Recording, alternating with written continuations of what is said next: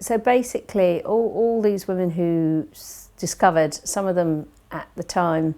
as in the Mark Kennedy case, in fact, and others many years later, that they were that all along this man that they had been deeply and intimately involved with, was an undercover police officer,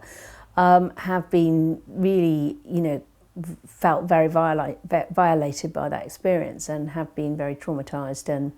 damaged and suffered very significant harm as a consequence of that. What their primary motive is to hold the police to account and to stop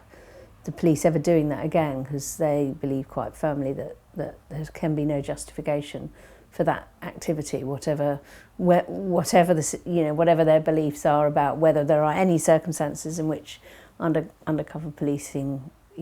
can or should take place. What's quite clear is that there can't be any justification for police to deceive them into having sexual relationships with them, and that's an outrageous violation of their role as police officers, and has caused them very significant harm. So the first thing really, I suppose the first primary thing, is they want to stop it happening. Secondly, they want to have a open account of what was going on, and to hold the police to account. And I think they want this to come out into the open.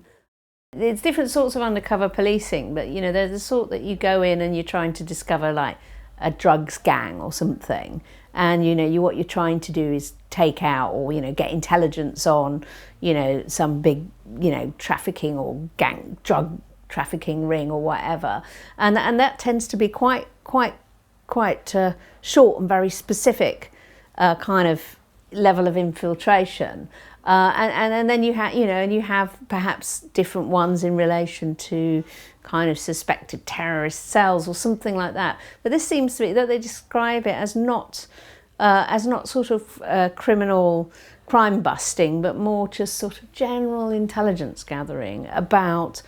sort of socially questionable, politically questionable, as from the state's point of view, activity. So it's not even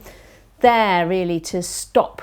crime, if you like, or to bust criminals. It's more for the state to find out more about the activities of organisations that the state may regard as sort of threatening to their own version of the sort of democratic running of the state, if you like.